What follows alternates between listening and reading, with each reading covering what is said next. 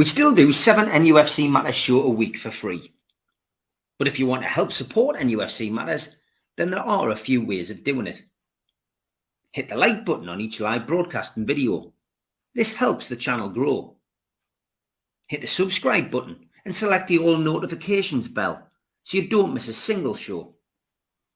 If you want to help us financially, then you can join the channel using this button with the membership starting at $1.99 a month. Or you can drop us a donation in the chat using a super sticker. We're also looking for sponsors. If you'd like your brand advertised on the flyers for the show and featured during the ad break, then email John at nufcmatters.com to arrange today.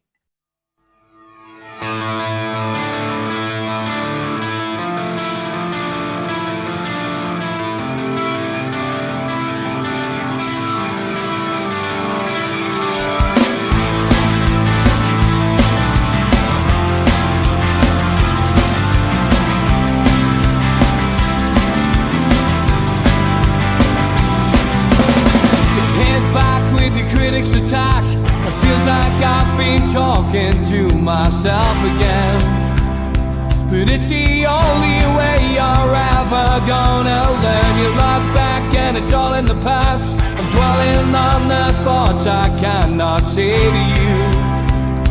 If I don't say the words, then maybe it's not true.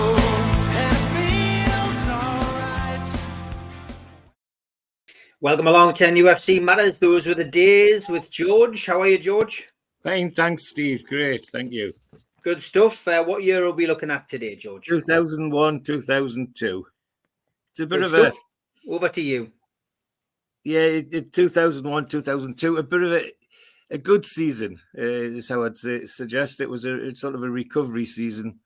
Important feature is that we're now... Shepherd and the board had decided, the hall had decided that all the money for the ground was just about paid, so they started to invest in the team. So we started to see some new faces coming into the club. People like Lauren Robert and one or two others that became household names as far as Newcastle were concerned. So that's where we are. Just like I usually do, interested in where we are in terms of what was happening elsewhere. If you're into film buff, well, the big film that year was Castaway, Save the Last Dance, and The Wedding Planner were big. If you're a picture going in music terms, well, number one was Kylie Minogue, Can't Get You Out of My Head, which is a memorable one. You Rock My World, Michael Jackson. So there's some big stuff there. Hey Baby, What Would You Do? Sit by City High, and so it's some memorable stuff happening outside of football. Never mind inside football, and quite interesting. Newcastle entered into the Intertoto Cup, and it was the year where they had a go at most of the trophies anyway. So let's get started, and that's where we'll start. We'll start with the Intertoto Cup, the away game at Loughran. It couldn't have been a better start. We beat them 4-0. And give people some idea where Bobby's thinking was in terms of the team. With the team on that first game of the season was Shea Given, Warren Barton, Robbie Elliott, Nicholas Dabizas, Aaron Hughes, Gary Speed, Nobby Solano, Christian Basidas, Shola Miobi, Craig Bellamy, and Wayne Quinn. And Harper and Diego Gavilan and Oliver Bernard on the bench. So, and we beat them 4-0. It was a fairly straightforward win. 2 goals for Shola, 1 for Wayne Quinn, and Lamar Loa came on and scored as a substitute. the return game was barely a few days later, and everybody thought it would be another cricket score. Well, they were wrong. It was a good game, and one of the new signings, Craig Bellamy, scored his first goal. But it was a tougher game. The Loughran defended very, very, very deeply, and took 60 minutes to break them down. And so we got the 1-0 win and went through on a 5-4 aggregate. And we played an unchanged team with Craig Bellamy coming on as one of the substitutes, and actually shown why we'd bought. I mean, him and Rob added the sort of pace we'd been lacking really, and it was quite something. We then had to play Munich, 1860 Munich, in the next round, and we went there to Munich first, and it was an interesting game. It was the one which we thought, we went at it hammer and tongs. Really, we set off very quickly, 2 goals up fairly quickly. Then after half time, we sat back, and that was a mistake because they come back and equalised to 2-2 on 67 minutes, and then right towards the end, at 5 minutes from the end, Aaron Hughes scored one of the rare goals he scored for Newcastle United, and got with a 3-2 win. So we set off with a good win, and the team was unchanged. Given, Barton, Elliott, Dabizas, Hughes, Speed, Solano, Basidas, Shirley Amiobi, Craig Bellamy, and Wayne Quinn, and Oliver Bernard on the bench. And 15,000 at the game in Munich. And of course, a few days later, we're back with the second leg at St James's with a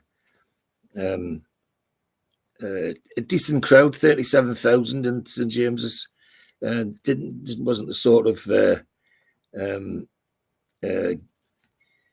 it didn't exactly excite the fans, but 36,000 is still quite a nice tidy crowd for a Wednesday night match at Newcastle. And we went at them, as you can imagine, fairly hard on. We knew what to expect, and the side played well. And within 5 minutes, Gary Speed had 1-0 up, and we'd made the same mistake as we made in the previous round with Loughran. We sat back, and Munich came at us and equalised right on half time. But after half time, it was all us, and the star man was Nobby Solano. Was one of Nobby's great game by Nobby, and Loa scored a goal in 80 minutes. Then right on the final whistle, Nobby scored a penalty to make it 3-1. So we sailed through and to the next one, and we then had to play a French side, Troyes, and unknown because they didn't have a lot of players that were French internationals or anything like that. They were a decent side, but weren't a side that was packed with stars. Anyway, but it was the first game was okay, but it was 0-0. One of those games that would have gone on all day, the next day, and they still wouldn't have scored. But 10,000 at the game, 10,500 at the game, and we ended up 0-0. And we, like Bobby Robson, the manager, very faithful to his players. it was unchanged. Given Barton, Elliott, Dabizas, Hughes, Speed, Solano, and he brought in Robert Lee, who was recovering from injury. Sholami, Obi, Craig Bellamy, and Wayne Quinn. And on the bench was Andy Griffin and Steve Harper, Stephen Caldwell. A 0-0 draw, not the best of games, but a one which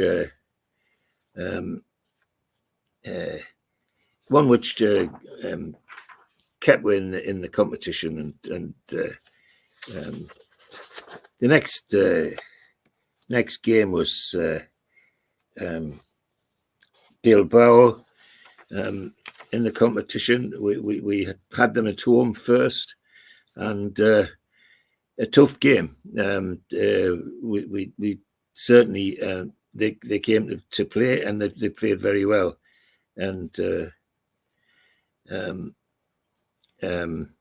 this is actually Rob Lee's. Sorry, this isn't the Intertoto Cup. This is Rob Lee's testimonial, and 20,000 in the ground, which is quite nice. And in fairness to Bilbao, they fielded a good side, the best side, and it was a very entertaining game. And as you can imagine, with it being a testimonial, there were lots of changes with almost two different teams and different halves. But a nice crowd for to send Rob Lee off,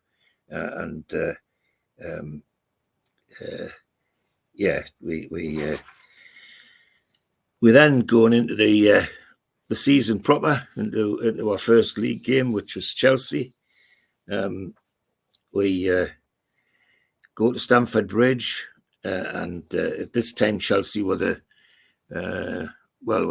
up and coming side. They were certainly in amongst the favourites to take the title. 40,000 at Stamford Bridge.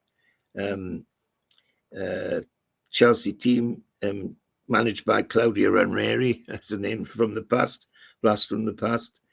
Eddie De Goey in goal, John Terry, Graham Lasso, Mario Melchot, Marcel Desailly, Frank Lampard, Emmanuel Petit, Bolo Zenden, Jimmy Floyd Hasselbank, John Franco Zola, and Jesper Grankia, the Icelandic player.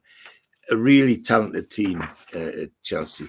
So we're not sure what we're going to get out of this game. Everybody's hoping, but hope was for once was the thing of the day. Chelsea went in early lead in 8 minutes with Zenden scoring, and in 8 minutes, and everybody thought, oh, what's this? But Newcastle didn't just hold on; they actually went for it, and it was a substitute Clarence Acuna that came on and scored in 77 minutes equaliser, and we got a decent point, and it wasn't as though we held on. It was a good even game, so we made a good start of the season, and we then come home on the weekday for the return game with Troyes in the Intertoto Cup, and 37,000 at the game, which, you know, for this particular trophy is a very decent crowd, and it looks like it's going to be a cakewalk. You know, 2 minutes, Nobby Solano puts it in the lead, and we're playing well. Then 25 minutes they equalise, and then they go bananas. 28 minutes they get the second one, and then just after half time, they get a third, and on 61 minutes they get a fourth, and we think, well, goodness gracious, this is a mess, you know.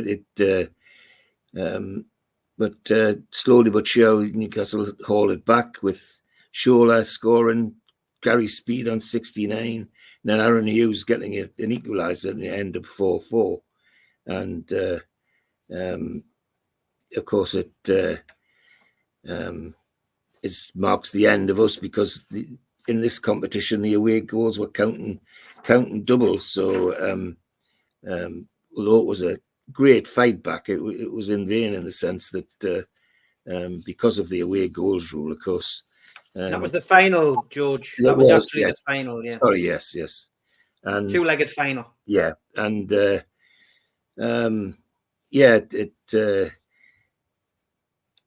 we'd got a good start out of this competition. It gave a good warm-up, there's no doubt about that. And Bobby Robson playing an almost unchanged team throughout, Given, Barton, Elliott, Dabizas, Hughes, Speed, Solano, Rob Lee came in, Shola Amiobi, Craig Bellamy and Wayne Quinn. And again, 37,000 at the game. And but a good game to watch. I do remember it was an entertaining game. And we now go back to the league, and we have a match against our deadly rivals from down the road, the Mackhams. And they haven't started very well, but that's meaningless in derby games sometimes. However, 53,000 at the game, so it tells you what the fans think about it, as usual with the derby game. Sunderland side, Will Sorensen, Bernd Haas, Michael Gray, Jody Craddock, Thorne, Don Hutchison, Gavin McCann, Niall Quinn, Kevin Phillips, and Kevin Kilban, names to conjure with, and names that would haunt you for a while in the seasons to come. We got off to not a good start. The Sunderland seemed to take the initiative, and on 34 minutes, I don't think anybody was surprised when they took the lead. But then, just before half time, Craig Bellamy scored an individual goal, ran half the length of the field for slotting it in to equalise. And that's how it stayed at the end. Ding dong from end to end, but nobody looked like they were going to score a goal. And 52,000 went home fairly content. More importantly, that we didn't lose. And again, Bobby playing an unchanged team, Given, Barton, Elliott, Dabizas, Hughes, Speed, Solano, Lee, Amiobi, Bellamy, and Lauren Rabet comes in on the left side. And back from injury and on as substitute for the last 20 minutes, a certain Alan Shearer. As remember, the season before, Shearer had been badly injured and badly missed. Is the truth of the matter. But anyway, we got a 1-1 draw, and we just get rid of that derby, and of course we're into another one. Well, I call it the derby with Middlesbrough, the Tyne Tees derby, and we go to Middlesbrough with high hopes. We've been playing well. We're looking all right, and no question that they weren't setting the world on fire, but they're still a decent side. Schwartz and goal, Vickers, Fleming, Gareth Southgate, there's a name to conjure with, Colin Cooper, Alan Johnson, Robbie Mustoe, playing in my side for a decade, that lad playing for Middlesbrough. He hardly ever set his foot on a pitch without scoring a goal against it. Paul Ince, Jonathan Greenan, who they got from Manchester United, Dean Windass, whose son's still playing, and Brian Dean, big centre forward, who always was a handful. And we're at the Riverside now, of course. Left St Park behind a couple of seasons ago. 30,000 at the ground, and it's a good game, a tidy game. We got upset because Colin Cooper, 4 minutes from a corner, taps one in. Everybody just standing watching, and he wasn't. And he taps one in for them, and we're one down in 4 minutes. 34 minutes, we got a penalty, and a certain Alan Shearer slots the ball in to equalise, and we feeling a lot happier and playing a lot better as well. And yeah, the other thing worth mentioning is from my point of view, my least favourite referee, Graham Paul, who I still find it difficult that they have allowed him to referee our matches. He wrote an article in the Telegraph about how teams he didn't like, when his favourite dislike was Newcastle and Newcastle fans. About 3 weeks later, he was refereeing Wembley, but never mind. Such is life. I'm not sure he would get away with it now. Or would he? I don't know. Shea Given, Warren Barton, Robbie Elliott, Nicholas Dabizas, Aaron Hughes, Clarence Acuna stays in the side, Solano, Lee, Shearer, Bellamy and Laurent Rebet. And in the second half, it's the Laurent Rebet show, one of the best games Rebet had when he started. He just tore Middlesbrough apart, scored a beautiful long drive to get with 2-1. Dabizas heads in from a corner to make it 3. And then in 76, Alan Shearer gets his second goal and makes it 4-1. So we give the Borough quite a thousand, and that's obviously keeping everybody very, very happy. Next game is Brentford come to St James's Park in the second round of the League Cup. It's a game everybody expects that we'll win, but as anybody who watches this knows that when you say things like expect to win with Newcastle, it's a death something. But no, they took the game seriously. Bobby Field's a full side. Steve Harper comes in goal, and Andy Griffin comes in at right fullback for Warren Barton. Otherwise, he plays effectively a full side, and 25,000 at the game, and we doing well. And half time we're 1-0 down, and we shouldn't have been. But then Shola equalised on 59 minutes, and then we end up 1-1 at 90 minutes. And of course, this is one of the first games that has to be settled on the night, and we go into extra time. And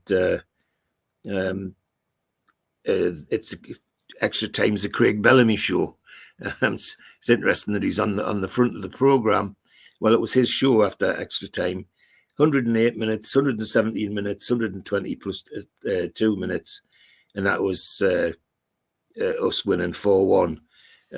It was a struggle, but it was a nice victory, and through to the next round of the League Cup, which hadn't been something we'd done for a while. And so we now come to a home league game against the Manchester United, the mighty Manchester United, and mighty indeed. What a team! Barthez, Gary Neville, Phil Neville, Laurent Blanc, Wes Brown, Beckham, Roy Keane, Juan Sebastian Veron, the South American player, Ryan Giggs, and Ruud van Nistelrooy as well, and Andy Cole. So as usual, Manchester, a team of all stars, and 53,000, absolutely chock-a-block at St James, 52,500, absolutely full to the brim, and never dull games against Manchester United, and this wasn't either. We start brilliantly. Laurent Rebet with a typical drive on 5 minutes from the edge of the box, makes it 1-0. We let Van Nistelrooy loose in 29 minutes and he equalises. 34, Rob Lee gets a typical close range shot from a corner to make it 2-1 at half time. And after that, it was end to end. It could have been anybody's game. We go in the lead on 52 with Nick Stabizas getting a header from a corner. And they equalise with Ryan Giggs on 62. Veron makes it 3-3 with on 64. And it looks like that's going to end. But it doesn't, because there's an incident in this game which is long remembered by anybody that was there and lots of people who weren't there. When Shearer and Keane, and there they are, came together. And, well, there are those who think, and I'm one of them, that Alan Shearer very craftily goaded Keane into losing his rag. And he lost it so much, he threw the ball at him first, and then he slapped his face. There's another picture somewhere. I don't think I've put it in there, but there's one in the press of him actually striking Shearer. And of course, that enigmatic grin is on Shearer's face as Keane walks off, having been sent off. It tells the whole story, I think. But it ended up with great pressure from us, and a own goal on 82 minutes by Wes Brown, and we get the game 4-3, which was great. And we're now sitting quite nicely, 5th in the league, and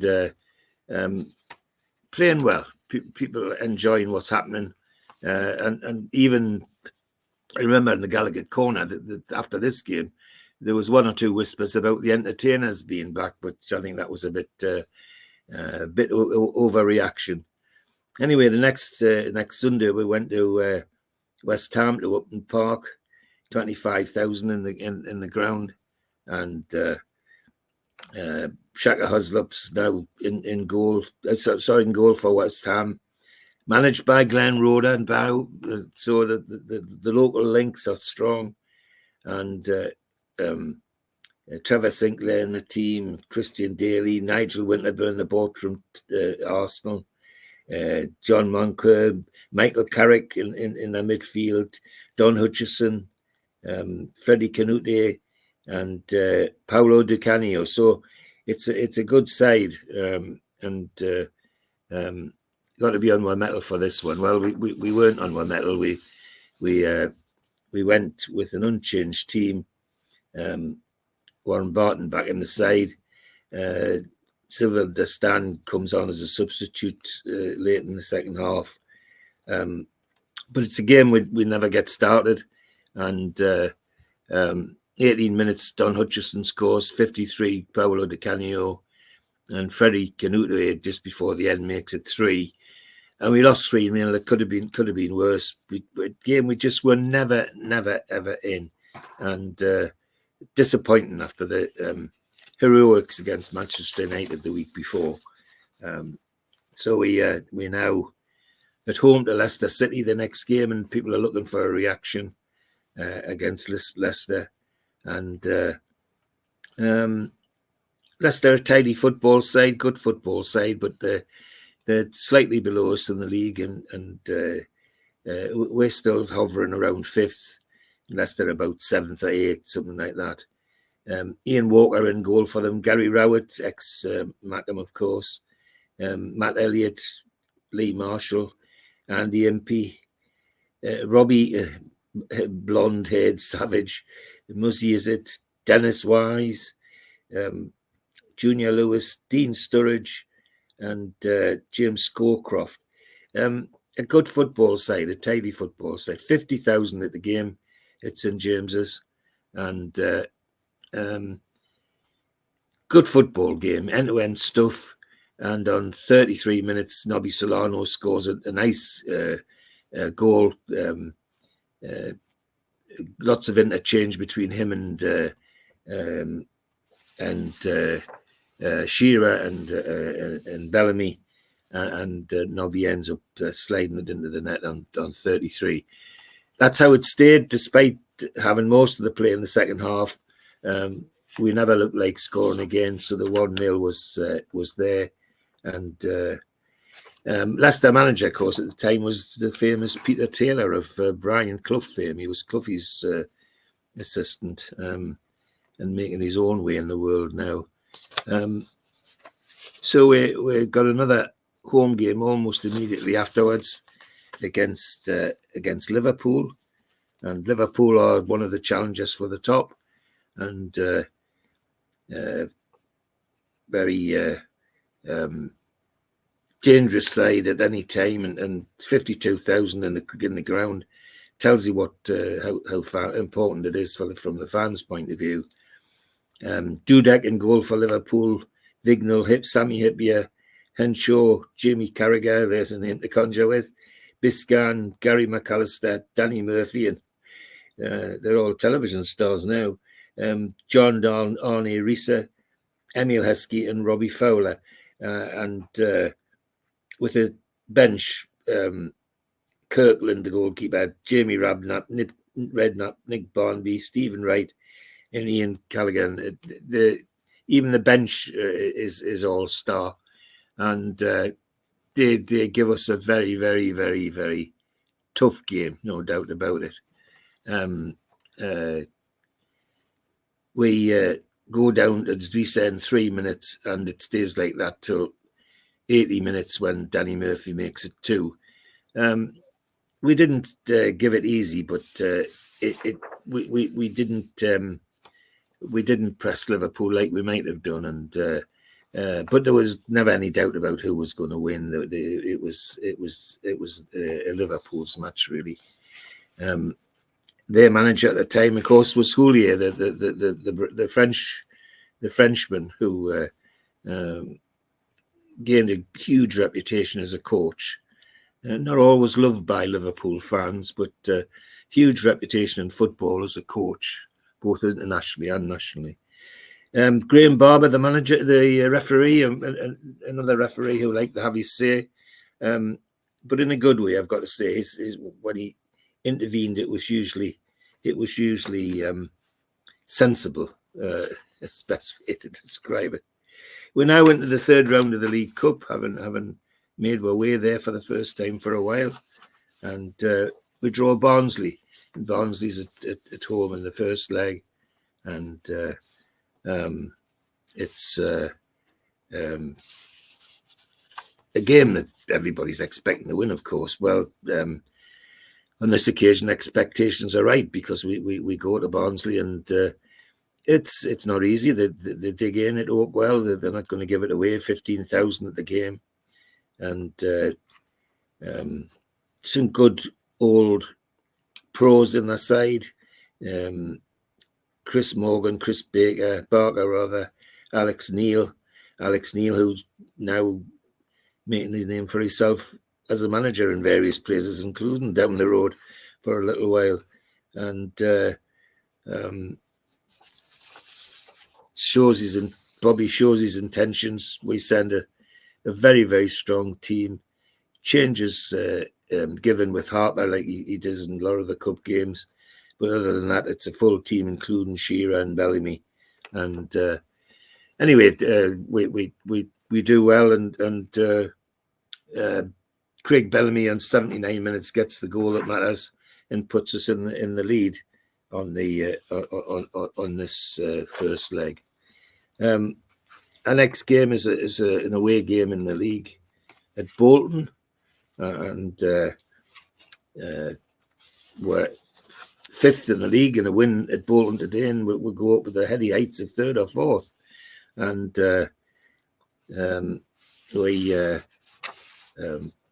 Bobby sends a full side. Shea Givens back in goal. Hughes, Elliott, Dabizar, Sandy O'Brien's come in because of his injuries.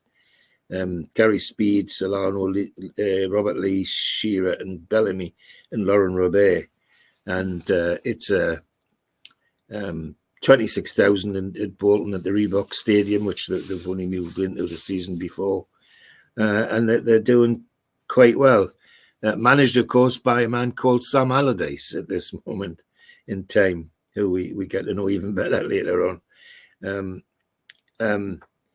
A team of all-stars in the sense that quite a lot of them are the 2 or 3 Scandinavians in the side.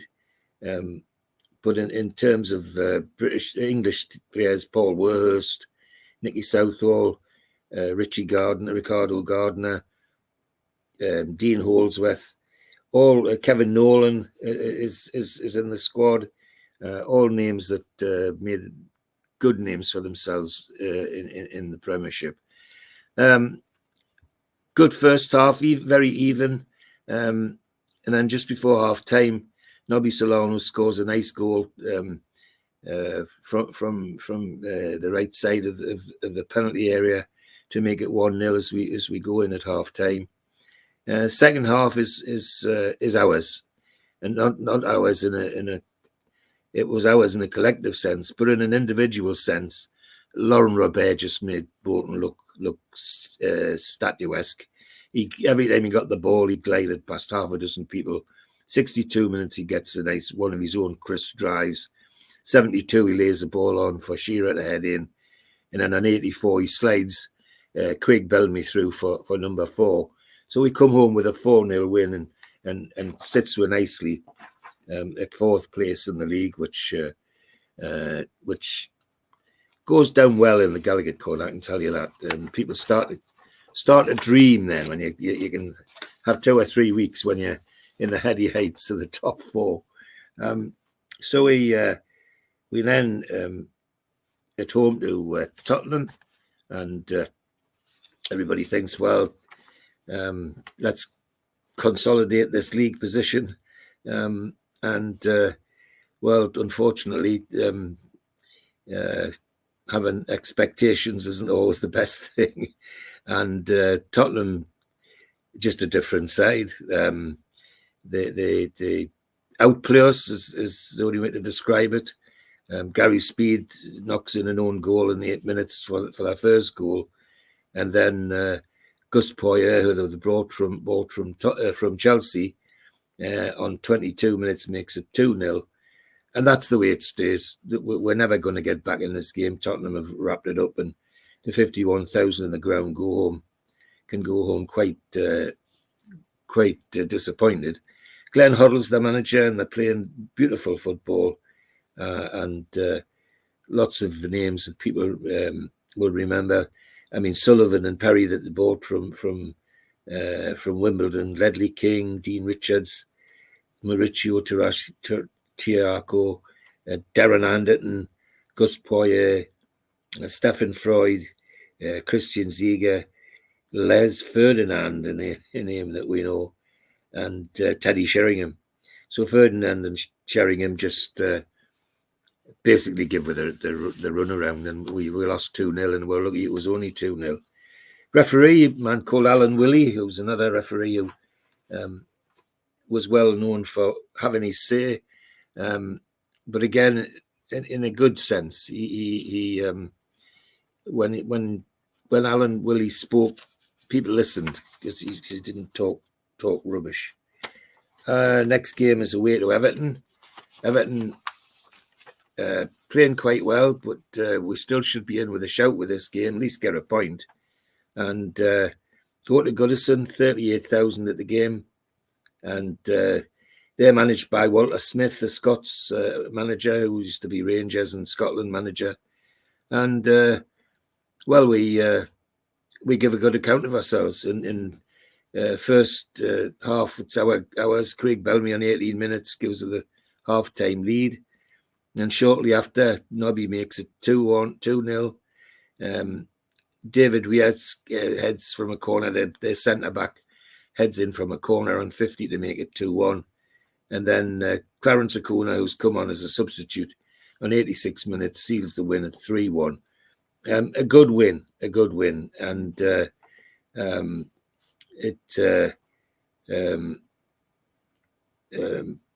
Sets were positioned in the top four fairly firmly, which is quite nice. And in their side, Alexandro Pistoni, who they bought from us, David Weir, David Unsworth, Gary Naismith, Thomas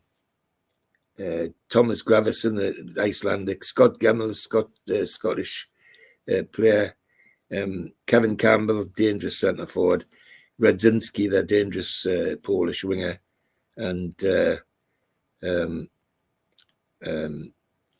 tidy side of it. And so it's a good win. Everybody regards this as an excellent win. And mention the referee, Jeff Winter from Stockton-on-Tees. Unusual for somebody called from Stockton-on-Tees refereeing a Newcastle match. Would they let it happen today? I don't know. When I see how they let Oliver, who lives in the Manchester region, referee Manchester games and Liverpool games, and there's not much difference. Anyway, Jeff Winter was always regarded as a top-notch referee anyway, and a nice guy as well. Our side, given Hughes, Elliott, Dabizas, O'Brien, Speed, Solano, Acuna comes in because of an injury to Rob Lee, Alan Shearer, Craig Bellamy, and Lauren Robert. A good win for Win, and as I say, sets were nicely in fourth place. Went then home to Aston Villa, and after the heroics of Goodison Park and other results, with expectations of a victory and the expectations shown the crowd, full house, 52,000 for Aston Villa's coming to St James's. Unchanged team, Given, Hughes, Elliott, Dabizas, O'Brien, Speed, Solano, Shearer, Bellamy, Lauren Robert, and a good side. As I say, a full house. Villa come with John Gregory, the manager, a man who's good reputation as a manager, former West Ham player and manager. Peter Schmeichel in goal for them, who they just got from Manchester United. Mark Delaney, Scottish fullback. Steve Staunton from Liverpool. Alan Wright from Liverpool. Hadji, the dangerous midfielder from Slovakia. Lee Henry, who is another TV star these days, quite a lot. George Boateng. Kajul is dangerous forward. One Angel has substituted for Dion Dublin, and Darius Vassell, the very, very young, up-and-coming player, that a dangerous forward, and people looking forward to seeing him. And on the bench, Gareth Barry, who goes on to play nearly 700 league games eventually, which is incredible. A record I don't think it'll ever be passed, but never mind. It's our game from the kick-off. Newcastle look like they want it, and they do. And it's a Craig Bellamy show, basically. 37 minutes, he makes it 1-0 with the help of Shearer. 50 minutes, Shearer scores a nice goal. He and Bellamy interchanging very nicely, and Shearer volleys it in. And then on 82 minutes, Shearer returns the favour, heads down to a corner, and there's Bellamy to poke it over the line to make it 3-0. And we're now in the heady realms of third in the Premiership after that win, and everybody getting quite excited, and talk of entertainers wrapping round the Gallagher corner again. Bit premature, but never mind. So the next game, we're away to Fulham. Fulham, a tidy side, but one we should be able to compete with. 21,000 at Craven Cottage, and Juan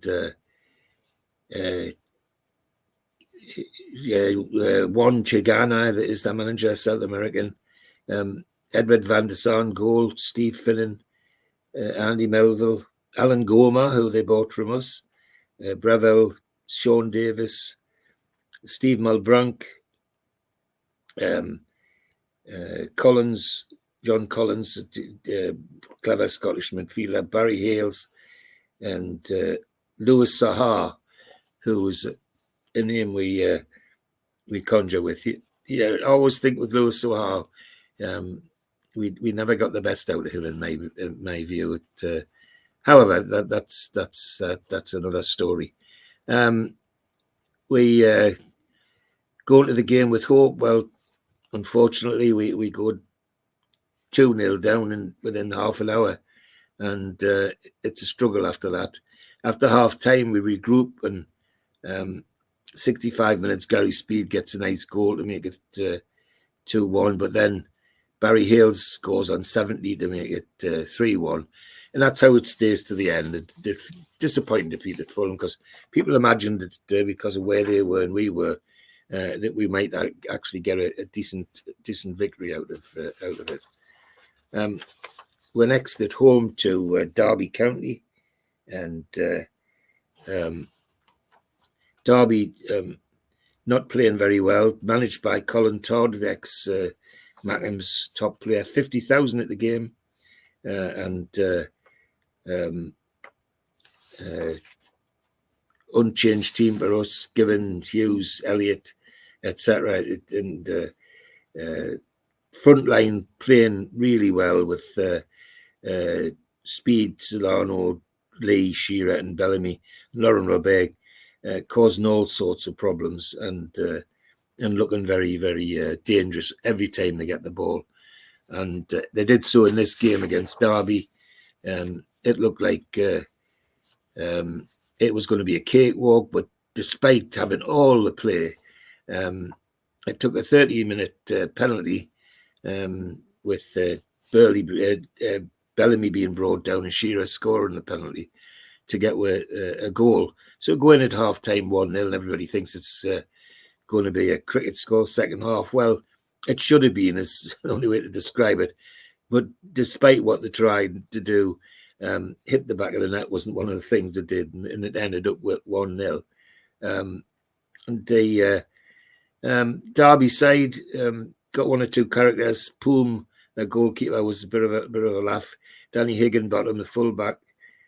Chris Riggett, Craig Burley, who had a good career and started his good career as a manager, but then faded away. Darren Powell, a dangerous forward. Benito Carboni, and Fabrizio Ravanelli, the Silver Fox, who played at Middlesbrough. But in this game, dangerous, but never got to look in. It was a 1-0 win. It should have been a lot more, and we're firmly fixed now at fourth in the league, and we go to Ipswich Town in the League Cup this time, fourth round of the League Cup. Oh, sorry, the Ipswich come to us in the fourth round of the League Cup, and 33,000 at the game. Ipswich managed by George Burley. Some good players, older players in the side.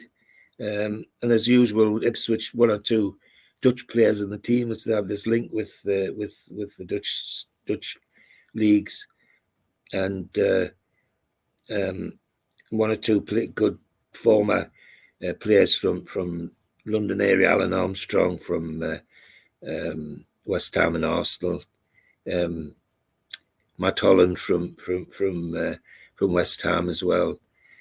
So it's tidy side, but a one that really shouldn't trouble us too much. And they don't. It's very straightforward. 18 minutes, Lauren Robert, pile driver from him as usual. Shola Amiobi's in the side, and 26 minutes he makes it 2. And then go to half time. Think we'll get into half time at 2-0. Be good. Well, we underestimated it, because then Shearer took over and had an amazing last 15 minutes of the half. Scored 2 beautiful goals. So instead of going in at 2-0 at half time, we go in at 4-0. Now everybody gets ready for the cricket score afterwards. Well, disappointment for everybody as well, because they Ipswich come back with a have a great go at rescuing something out of the game, and they bring on a centre forward called Darren Bent, who then starts to cause us trouble, and on 77 minutes gets a consolation, and it ends up 4-1. But a one which it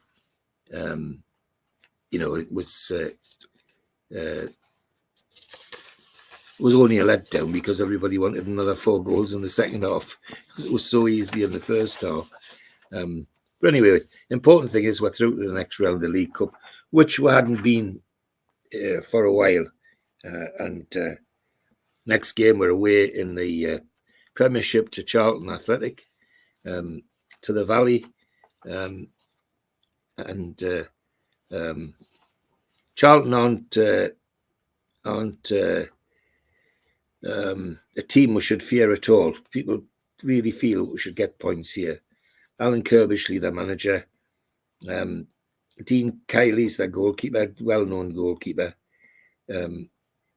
Chris Powell in the centre-back. Graham Stewart, who they got from Everton. Scott Parker's a name to conjure with, is in the midfield. Sean Bartlett and Jonathan Johansson, dangerous Danish forward, going to cause all sorts of trouble. But it's a tidy game, 0-0 at half time, and then 73 minutes, Gary Speed scores a nice free kick to give it 1-0, and people start thinking about 3 points straight away. But then Chris McDonald for them, on 85 gets an equaliser.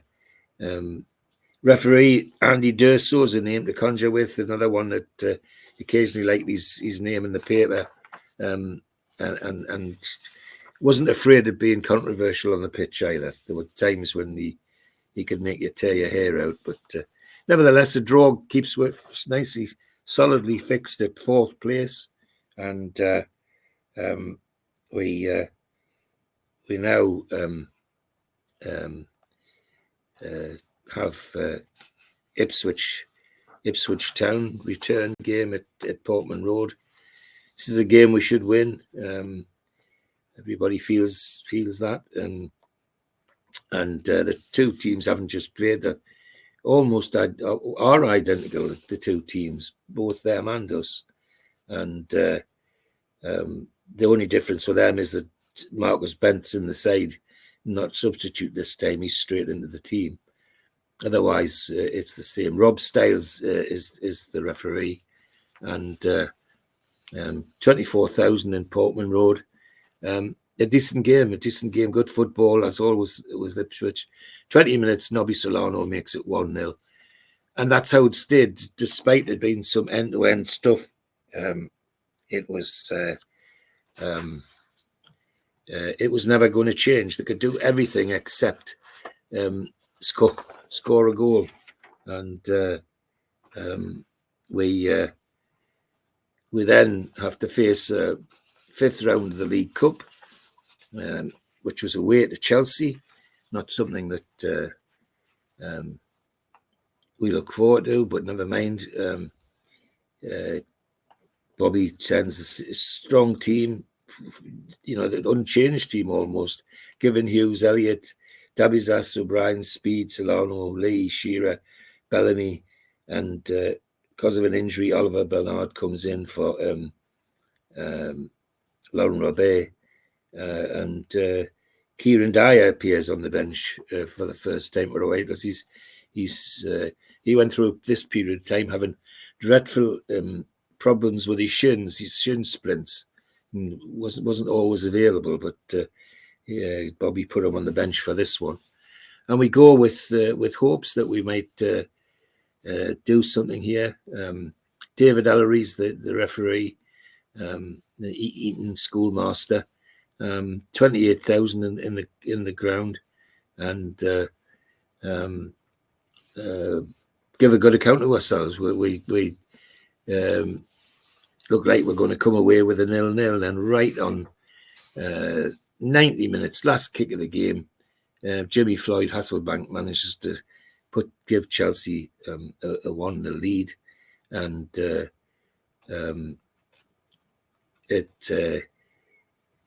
Claudio Ranieri's team go through, but only just. It really was a last minute thing, and of course Celestine Babiaro playing for them in this game. Somebody else we get to know. We're out at that stage, and that's sad, but it's as far as we've gone for many years. The 5th round in the League Cup for quite a long time, so there's a bit of pleasure in that. So next week we're at home in the league, in the Premiership, to Blackburn Rovers, and it's a game that we should win. And bearing in mind a victory in this game and we're in 3rd place, we're actually in with a shout at upsetting the people at the top. And Blackburn, managed by none other than Graham Souness, and Brad Friedel playing for them, Helen Berg, Keith Gillespie playing on the wing for them, Gary Fitcroft, Damien Duff, another name that we get to know, David Dunn, Matt Jensen, and Mark Hughes comes on as well. A tidy side, Blackburn, and playing good football. And lo and behold, as expected with Newcastle, just when you're thinking everything's going to be right, David Dunn from a corner heads them, win the lead on 24 minutes, and we go in 1 down at half time. And as the game wears on, you think, well, this is it. We're not going to do anything here. But Oliver Bernard on 65 and Gary Speed on 70 make it 2-1, and we get the 2-1 victory, and cement our place as 3rd in the league, which is heady stuff for Newcastle United, and even in those days. So then we're off to a away game at Highbury with Arsenal. 39,000 at the game.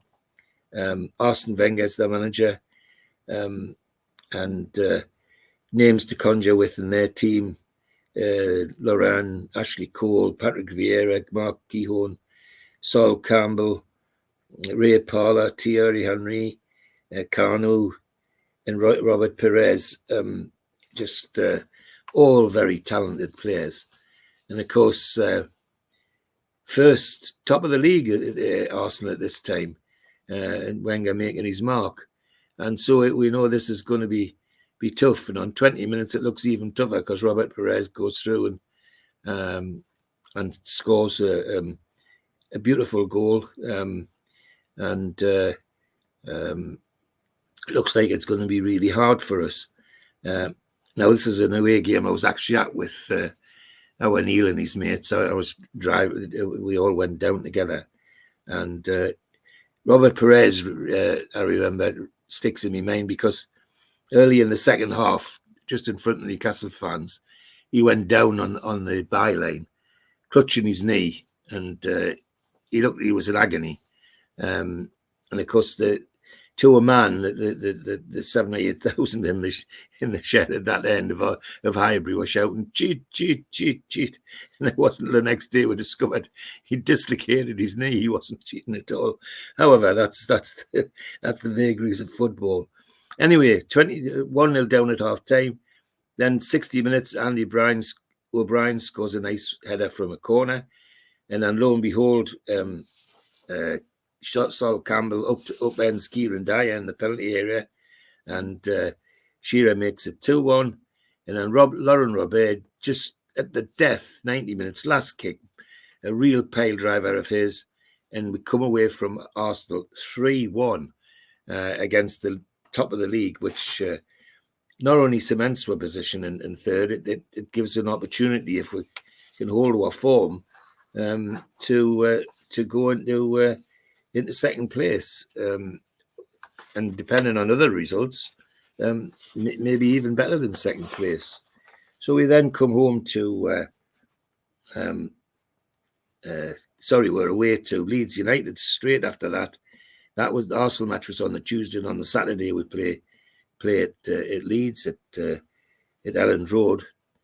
41,000 at the game, and as you can imagine, Bobby feels an unchanged team after the heroics of Highbury, and the Leeds team is managed by David O'Leary, the jovial Irishman, and it started a studded team. Nigel Martin and goal, Gary Kelly, Rio Ferdinand, Danny Mills of TV fame. Danny Mills of TV fame, who doesn't particularly like Newcastle, but that's my jaundiced view of the world at the moment. He never has a good thing to say about it. Ian Hart, Lee Bowyer, David Batty, for goodness sake, names that we really do know. Seth Johnson, Harry Kewell, the flying Australian winger, who married the girl out of Neighbours, and Mark Viduka, another name we get to know, and Robbie Fowler, who they just acquired from Liverpool. And of course, on the bench, two more ex-Magpies, Jonathan Woodgate and Alan Smith. So that's a team to conjure with. Anyway, a really entertaining game. Craig Bellamy puts in the lead on 36. Lee Bowyer equalises on 38. Mark Viduka makes it 2-1 to Leeds on 50. Robbie Elliott gets one of his rare goals on 59, and then on 56, Ian Hart makes it 3. Then Alan Shearer, a penalty on 71 minutes, equalises, and on the last kick of the game, Nobby Solano, almost directly from a corner, makes it 4-3. A thrilling game, absolutely stonking game in terms of football, in terms of effort, and even better that we came away 4-3 victories.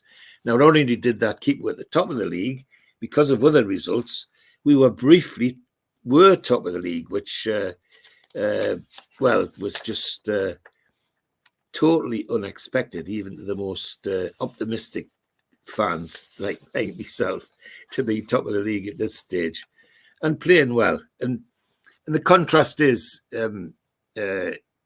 we've got a forward line that's motivated. We've got a forward line that's got a centre forward that were lost the season before because of his really bad injury. And we come home, everybody chuffed to bits because we've got the derby game with Middlesbrough on the Wednesday night, and reflected in the crowd, full house, 52,500 to welcome Middlesbrough, who are now managed by a man called Steve McLaren, would you believe? Mark Crossley, Robbie Stockdale, Gareth Southgate, Ugo Ekiog, who they've got from Villa, Quadru, Morinelli, Paulins, Robbie Musto, Jonathan Greenan, Noel Whelan. Dangerous side. Colin Cooper, names that people know, and it's not going to be an easy game. However, as things would have it, Shearer on 29, Gary Speed on 58, and then Oliver Bernard on 83, and we get a 3-0 victory, which cements our place at top of the league, which is something we can't say very often. But it, as I say, reflects how Bobby Robson this season had money to spend and had players back like Shearer that he hadn't had the season before. Worth mentioning the referee, Mark Halsey, who's another one who, when he speaks, generally is listened to. He's been one when VAR started. He was one of the ones who used to blow the whistle a little bit on what went on at Stockley Park. But anyway, 3-0, and we're firmly fixed as top of the league, which, as I say, just totally unexpected, even to the most optimistic supporters like myself. We're at home to Chelsea. Now, Chelsea are one of the teams that's pushing us at the top, and we expected it to be a tough game, and tough game it was. We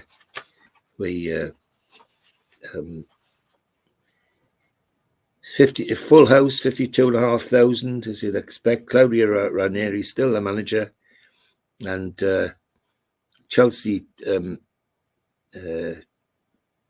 take the lead on 35. Elder Gudjonsson on 35, and then Shearer on 37 equalises. And then the last kick of the half, Gudjonsson gets a second one to take Chelsea in 2-1 at half time. But everybody, certainly in the Gallagher corner, felt it's a game we could come back and even win, and come back we did. It was an entertaining sight, but no matter how hard we tried, we just couldn't put the ball in the back of the net. We hit every bit of the woodwork that we could, both posts, the bar more than once with the Shearer, and Chelsea hung on for a 2-1 victory, which sadly was enough to knock us off top spot. We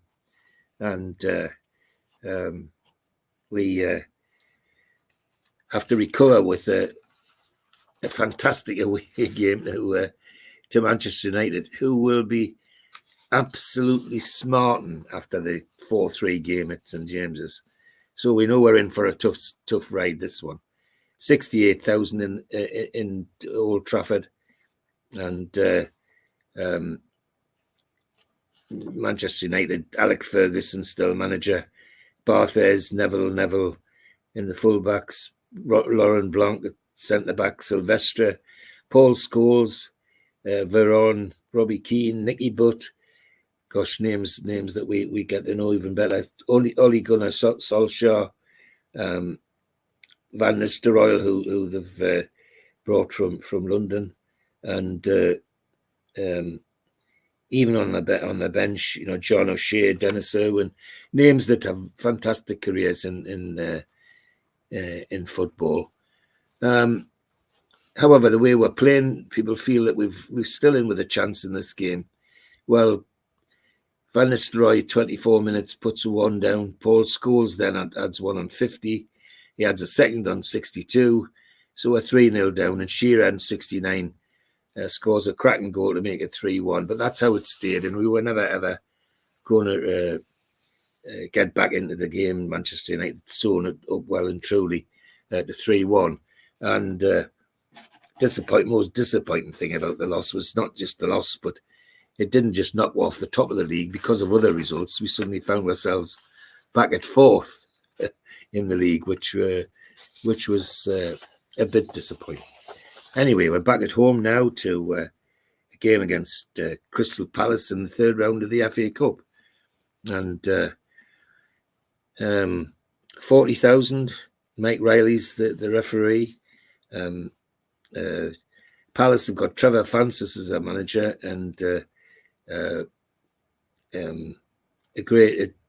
team of all-stars from around the league that they've bought during the previous seasons. But the most dangerous is a Clinton Morrison, who again we see regularly on TV nowadays, and David Hopkin, a very dangerous winger, and a good football side, always playing football, and so we went for a game. 39,000 in the ground, and a game we feel we should win, and that's how it goes. First half's fairly even, Stephen. A 40-minute goal from Shearer, and we're going 1-0 lead.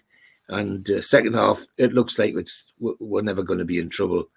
And on 76 minutes, substitute Acuna comes on and scores the second goal, and we take the game 2-0 against Palace, and we advance in the FA Cup, which is something's a great, always a great thing at St James's. The FA Cup's always been special for us as a club for many decades, not just currently. Then the next game is a home game against Leeds United on the Saturday. We reflecting on how we're playing and where we are in the league, and vying for first place again. 52,500, full house. David O'Leary's Leeds manager, and the team nearly the same, but Jonathan Woodgate actually comes in the team off the bench. So Danny Mills is in the team, Dewberry, Dominic Matteo, that bought from Liverpool, Gary Kelly, Seth Johnson, and then front line reads like a Newcastle United forward line. David Batty, Lee Bowyer, Alan Smith, and Mark Viduka, all in this particular side, which is quite something. Doesn't look like it's going to go well though, folks, because on 1 minute, Alan Smith, the name that I've just mentioned, from a ridiculous free kick, and as luck would have it shouldn't have been a free kick, but that doesn't matter. It doesn't stop Alan Smith from putting it in the back of the net in the first minute. So it looks like we're going to struggle. Then on 44 minutes, Shearer forces Michael Dewberry into a mistake, and an own goal makes it 1-1 at half time. 60 minutes, Craig Bellamy scores. Kieran Dyer rather scores an individual goal. Then on 87, Craig Bellamy makes it 3-1, and Leeds never come back into the game. It was ours from for the rest. We never looked like we're going to lose that or even give them any more into it. So next game is an away game at Leicester at Filbert Street, and they shouldn't trouble us. They're nowhere special in the league, and we're sitting second. So people expect to get something out of this game. Well, it's a disappointing game because Leicester are usually a good football side, and it's a dour 0-0. They could have played to the next 24 hours, and nobody would have scored. We are unchanged. Bobby Robson, the luxury of fielding the same side again, as always, with the front line now playing out of their skin.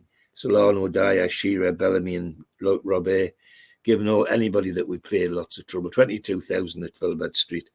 But a dire game in terms of chances and goals. It just never happened. It was all stuck in the middle of the field. And 0-0, it looked like, and 0-0 it stayed till right to the bitter end. However, that consolidates our position in the league at second, which is not to be sniffed at.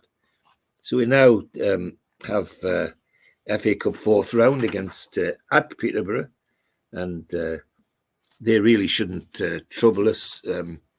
They've not a tidy side, but shouldn't really be in the same league as us, same category as us. It shouldn't frighten with that much.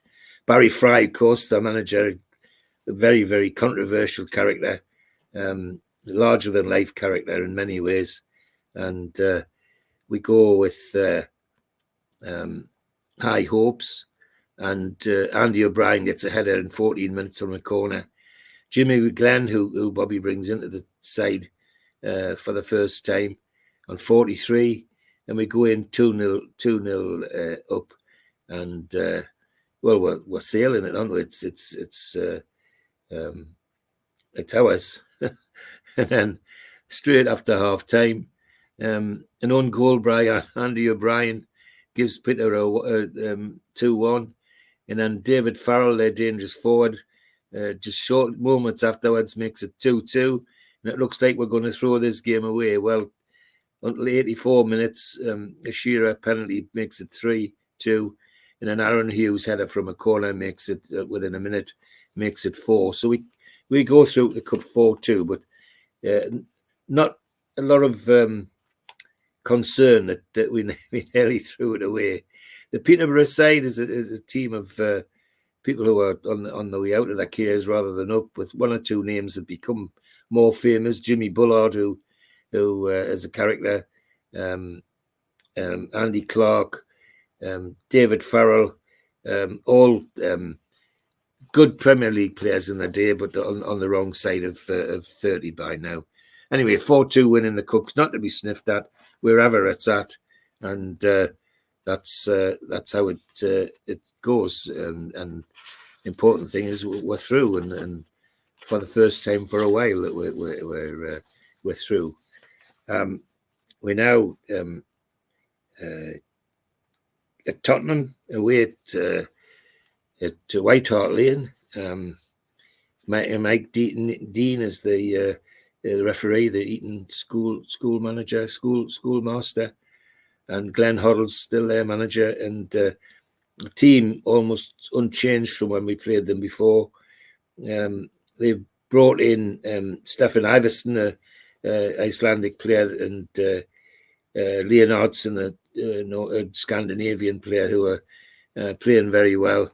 And this is going to be a tough game for us. And we know it is. Iversen, who's looking to make a name for himself, scores on 17 minutes, 37,000 at the game at White Hart Lane. And it looks like we're in for a tough game. Then after half-time, Newcastle, a different Newcastle appears, led very ably by Alan Shearer.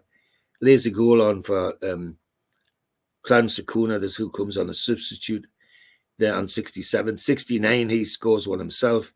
And on 78, he heads the ball down to Bellamy, who makes no mistake and makes it 3-1. So a really, really good away win in the league, and cementing us in our third place, which again is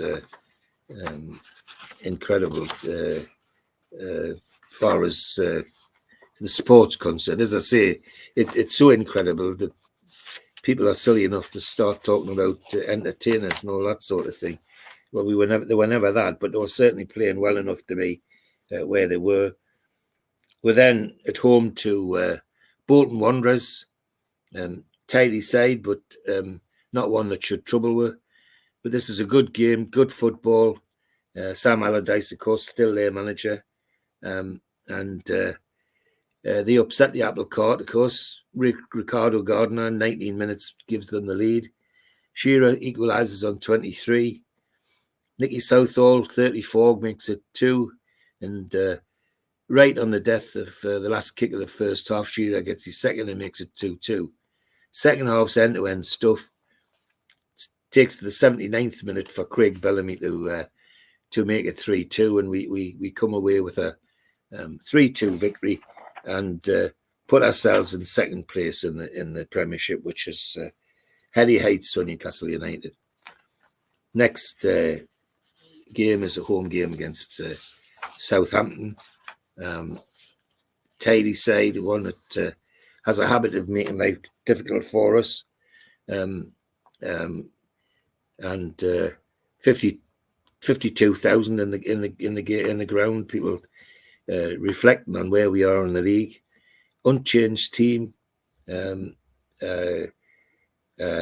By now, Bobby's brought Jimmy and Janus into the club, and he's on the bench in this game. And a tidy game, good game. Lauren Robert in 24 minutes scores, and Mark Pajas 39 equalises. And just after half time, Shearer scores 2. One blasted volley from a corner, and then at 45, another few minutes later, and he scores with a penalty after Bellamy had been upended in the box. So we end up with a 3-1 win, a very satisfying 3-1 win, and fixes us firmly in second spot in the league, which is phenomenal as far as fans are concerned. It's just unbelievable. So we're now heading to FA Cup 5th round at home to Manchester City. City, a good side. And City manager, none other than Joseph Kevin Keegan. Nicky Weaver in goal, Steve Howie at fullback for them, Paul Ritchie, Richard Dunn, Sean Wright Phillips, Tatio, Darren Huckabee, Paolo One-Shop. A really good side. 52,000 at St James's for this fifth round, and an entertaining game. But it looked like it was going to be 0-0 all the way. But then Nobby Solano, with one of his individual goals, a nice run and slipped inside Steve Howie, and 1-0 on 60 minutes, and that's how it stayed. It never looked like they would come back. So we're through to the sixth round of the FA Cup for quite a while, and that sets us up, of course, for the next game, which is the return leg of the derby match against the Mackhams. And so we go to Stadium of Light, 50,000 in the ground. They're hovering around the bottom of the league, bouncing along the bottom, sadly for them. It's typical derby.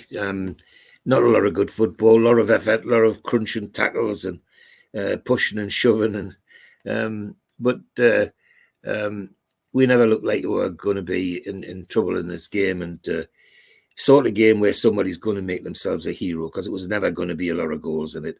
And of course, people that were around at the time will remember that the hero was none other than Nikos Dabizas, of all people, our Greek star, who on 59 minutes give us the lead. And my memory serves us right, he was one of the first at that time to rip his shirt off and do about 3 laps of the Stadium of Light because he scored. But it was a goal people remember, that's for sure. And from our point of view, cements us as second at the top, and for them, they're hovering around the wrong end of the league, and not a lot of sympathy from this end of the country, that's for sure. Now we're back home, and we're playing Arsenal at St James's Park. Now, Arsenal are one of the contenders for the championship. Oh, there's Nicholas with his having scored the goal in the previous game, which is interesting to put it on the next programme. And that's what he was like. I mean, as I say, I'm sure he did about 3 laps of Stadium of Light after he scored. Anyway, Arsenal are pushing for top, and this is a game, if we're serious about doing anything, we should win. Well, what we should do and what we don't do, there's 2 different things. 52,500 fill the ground. Arsene Wenger brings his team of all stars: Seaman, Dixon, Patrick Vieira, Sol Campbell, Loren, Grimaldi, Wilford, Dennis Bergkamp, Robert Perez, and a game remembered for a goal. Dennis Bergkamp's goal against is played over and over again as being one of the best goals ever. In my humble opinion, it shouldn't have been allowed because he pushed Nikos Dabizas in the back to get the ball to put it in the net, but it didn't go like that. And of course, I'm not biased, of course not. But it wouldn't have been a goal if I don't think they would. But if you watch the great goals time and again, this one's one of the ones that they show for Bergkamp. But Arsenal were just too good for us. That's the top and bottom of it.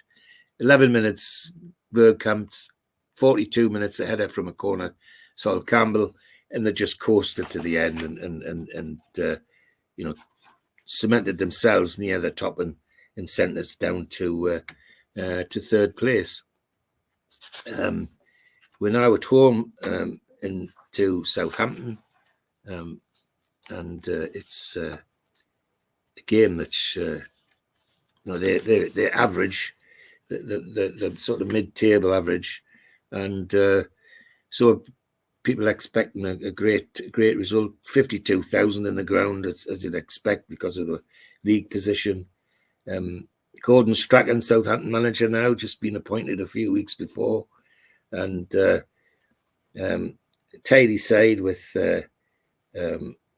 Mark Parhars and Kevin Davis, Matty Oakley and Wayne Bridge, good players from the Premiership standard, and they're giving going to give us a good game. And 24 minutes, Lauren Robert puts us in the lead. Mark Pahars equalises 39. And then 2 Shearer goals, 29, 40 and 45 minutes. One was a penalty. And we go in 3-1 at half time. And that's how it stayed. 3-1 at the end, giving us a solid victory and cementing us in second place in the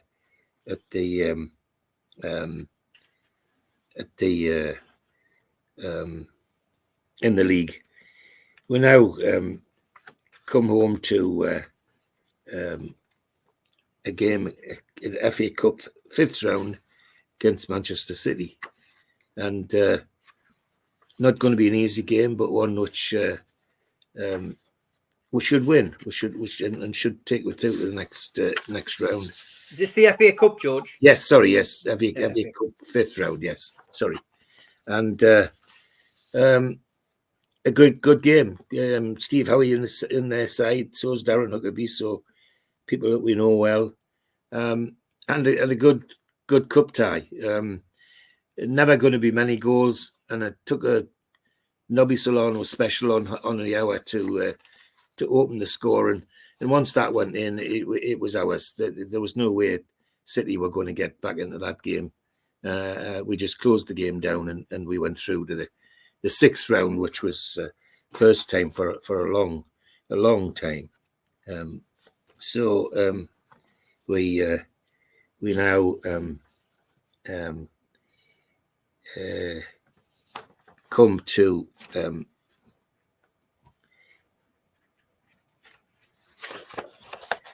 papers out of the sink here, but never mind. Don't worry about that.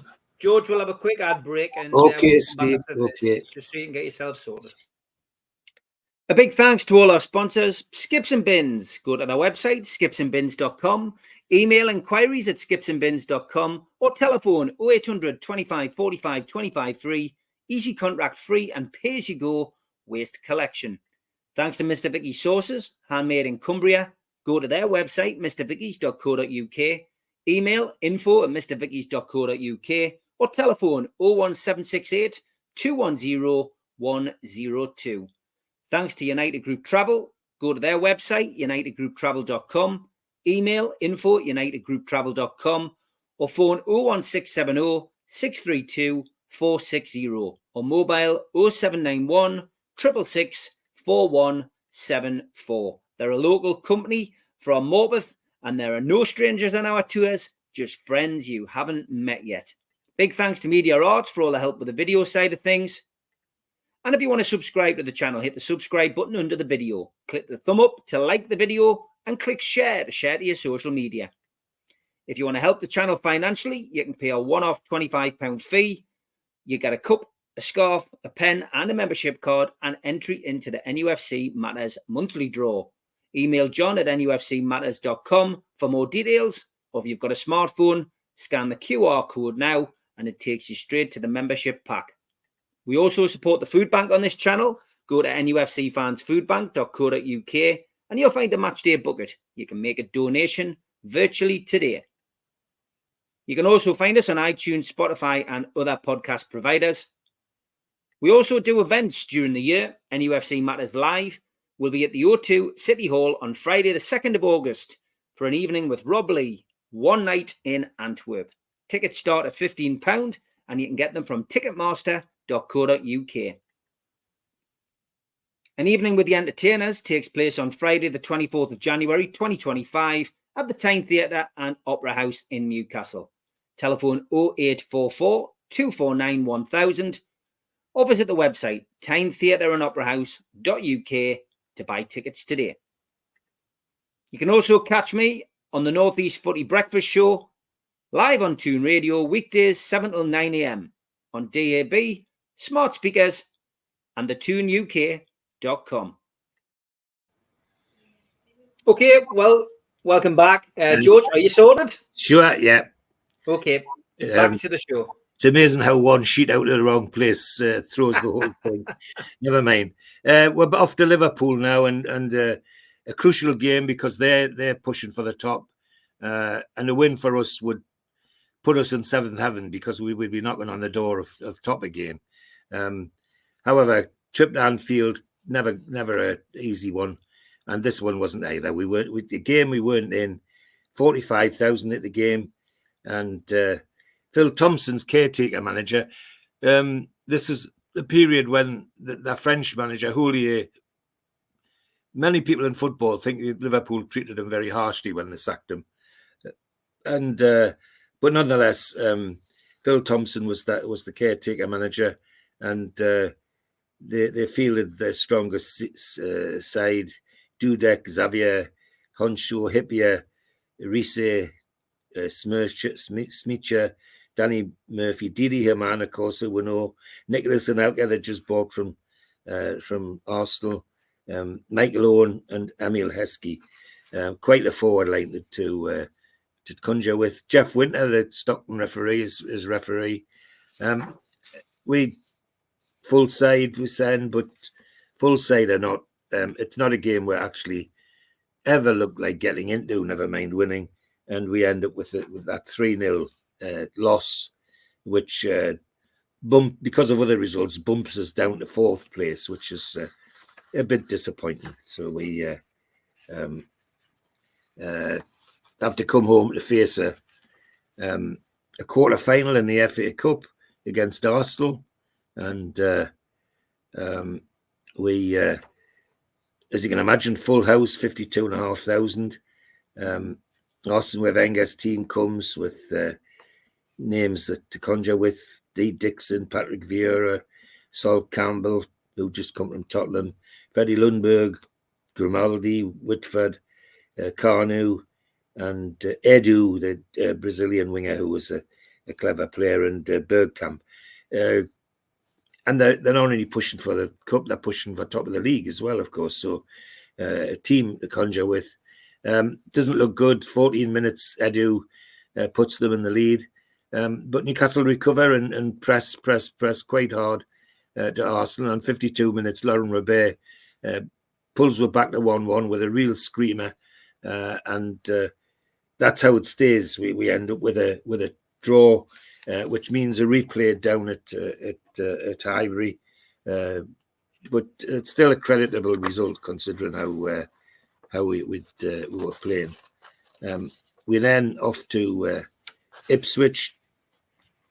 We got Ipswich at St James's Park, and a game that we should win, or at least get something out of. But everybody thinks we should win, and they're right, really.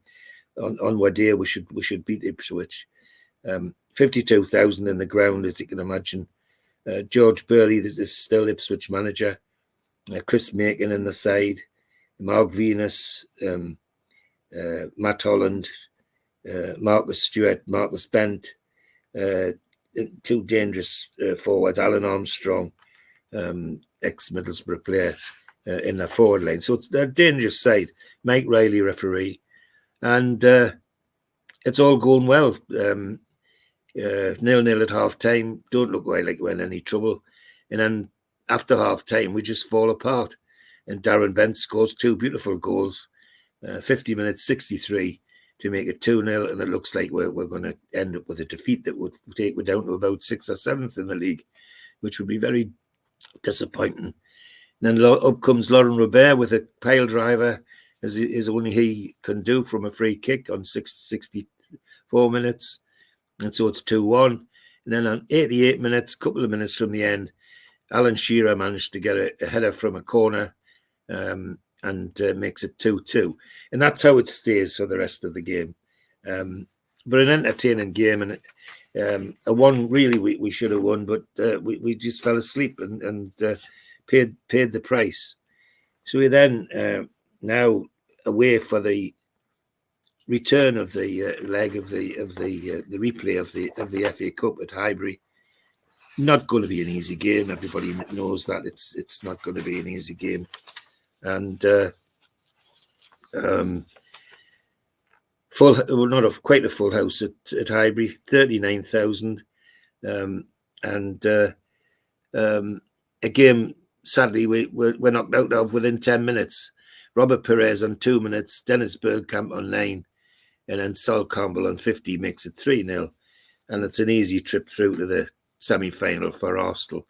My memory is at Gallagher Corner is that we were just relieved that we'd made a showing in the FA Cup, because we'd had a couple of really ropey seasons in the FA Cup, and it was nice to get in a shout, at least near where we wanted to be. So we come home to a league game against Everton on the a Friday game, which was an unusual thing in those days, and Everton not playing too well, about middle of the table. We regarded that we should beat them, and it all doesn't go very well at the beginning. A big man called Duncan Ferguson, their centre forward, makes it 1-0 in 6 minutes, and Alan Shearer, 13 minutes, makes it to 1-1. Odd appearance for Carl Court to make it 2-1, and then Nicholas Anderson makes it 2-2, and we go in at half-time 2-2. And people, worried that we're going to give this one away. Well, we don't. We really do have a go at them second half. Star of the shows, Nobby Solano, takes Everton apart. So Andy Bryan on 59, Nobby himself on 71, 73, then Oliver Bernard just before the final whistle makes it 6-2. A very, very incredible, a well and truly deserved win, and remembered for a volley by a certain man called Alan Shearer, I think, is the one that gets played regularly. But 6-2, and from our point of view, of course, cements us in third place, which is not where we're supposed to be, if you believed all the pundits. We weren't supposed to be in that sort of position at all. So we then away to Aston Villa in the Premiership, 37,000 in the ground. Aston Villa playing good football, but middle of the table. Have a big centre forward called Peter Crouch. However, 3 minutes into the game, and another centre forward called Shearer makes it 1-0. 26 minutes though, Peter Crouch gets a header in the box, and it's 1-1, and that's how it stays to the rest of the game. 1-1 it is, and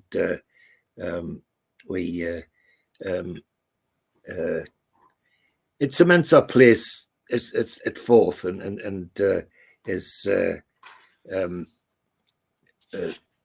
as I say, people regard that as achievement, because the pundits didn't give tuppence for being any more higher than the middle of the table. So we come home to Fulham, who we really owe defeat to, but life being where it is in the Premiership, that's not how it goes. Fulham came and really had a go at it. We went in the lead with Kieran Dyer scoring a goal, but Fulham could easily have been up at half-time. 51,000 at the game, and Louis Sahar Thorne was side, ex-player, who I particularly liked as a player as well. It's a good football game. It's an enjoyable game. I remember it quite well. And Alan Wiley is the referee, and we just have a go. It's as simple as that. And 76 minutes, Louis Sahar equalises for Fulham, having Kieran Dyer having put us in the lead just before half time. And Louis Sahar was the star of the game, is my memory of it all. However, it's only a point, but it still cements our place in fourth place. And we're now away to Derby County. And if we're going to do anything in this league, this is a game that we should win, because Derby are rattling around the bottom of the league, and we really shouldn't have any problem with them. John Gregory, now Derby manager. And at right back, a young man called Warren Barton, would you believe? And in midfield, Robert Lee.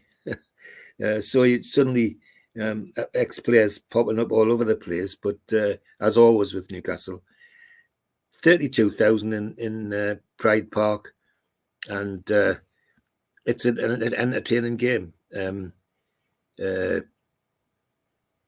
Malcolm Christie, their dangerous centre forward on 46, gives them the lead. And just after half-time, first kick after half-time, actually. And then Ian Morris, 53 minutes, makes it 2-0. It looks like we're in for a defeat, but then we forgot about the mercurial Kieran Dyer, who was really on form that day and give Derby a hard time in the second half. Laurent Robert scored on 73, then Dyer himself on 76. And with the last kick of the game, Lomana Loa makes it 3-2, and we come home with a 3-2 victory, which firmly fixes us in fourth place, which is, as far as Magpies are concerned, is absolutely fantastic. Then at Blackburn Rovers, at Blackburn, a game which we nice if we'd win, because we're starting to push towards the top three, even the top two if we can get a good enough result. But at Ewood Park, 27,000 in the ground. Graham Soon is still their manager, and Andy Cole's playing for them, and Keith Gillespie's playing for them. And guess who scores the 2 goals? Keith Gillespie and Andy Cole. And then the 2 for us, Alan Shearer, to get the equaliser. And we come away with a creditable 2-2 draw in what was an entertaining game. But again, fixes us firmly in fourth spot. We're not doing so bad. Then we're now at West Ham at home in the league, and a win in this game, and it would take us into third, and depending on other results, could actually put us into second. But we've got to do our bit first, and typical to get one when the nerves tingling in the Gallagher corner. West Ham opened the scoring on 20 minutes by a young man called Jermaine Defoe. Then on 41, just before half-time, Shearer scores. 66, Laurent Robert with a free kick from easily 30 yards out. And the goalkeeper didn't have a chance. Then Loa on 673 makes it 3-1, and we cement our place at fourth place. And Michael Carrick still playing for West Ham, Trevor Sinclair, Glenn Roeder, of course, is their manager. So they're names that we remember. And of course, the dangerous player was Jermaine Defoe, the centre forward, who was to have a very distinguished career after that. We then come to the last game of the season, and it's Southampton away. Now, we're winning this one, and depending on other results, we could actually end up second. And wow, that would have been fantastic. But it wasn't to be. Southampton were 2-0 up in 20 minutes. James Beattie and Anders Svensson. And that's how it stayed at half time. Alan Shearer got one in 55 minutes to make it 2-1. But then Paul Telfer, on just the last kick of the game, made it 3-1. Ruben Saltland the wound. It was sad, but we still ended up, after that result, as in fourth place. When considering when the season started, we weren't in the shout. And if one or two other results had gone with, well, we could have had a fantastic season. The big difference, and anybody looking at the stats will see it. The season before, when Shearer was out most of the season with his injury, we scored 44 goals. That's all. This season, 78 goals. Wow. And doesn't that make a difference? And who scored the most? Shearer, 28 goals. I mean, it speaks for itself. You don't need to be a statistician to work that out. I always think that I don't think Bobby got the credit for that season that he should have done in my view. But then I'm an old softy on I think like that. But at the beginning, Shepherd and Hall backed him with some money, and he spent the money wisely, and we got lots of entertainment from Rabé and Dyer and Bellamy and so on. So an entertaining season, an unexpected one in some ways, but nonetheless a very enjoyable one. 4th place, never to be sniffed at. And an enjoyable 1 hour and 45 minutes with you too, George. Thanks for putting the time and effort into doing it. I know people do enjoy this particular series. Look forward to the next one, George. Take care. Speak to you soon. Okay, Steve. Thanks, everybody, for watching. Do appreciate it.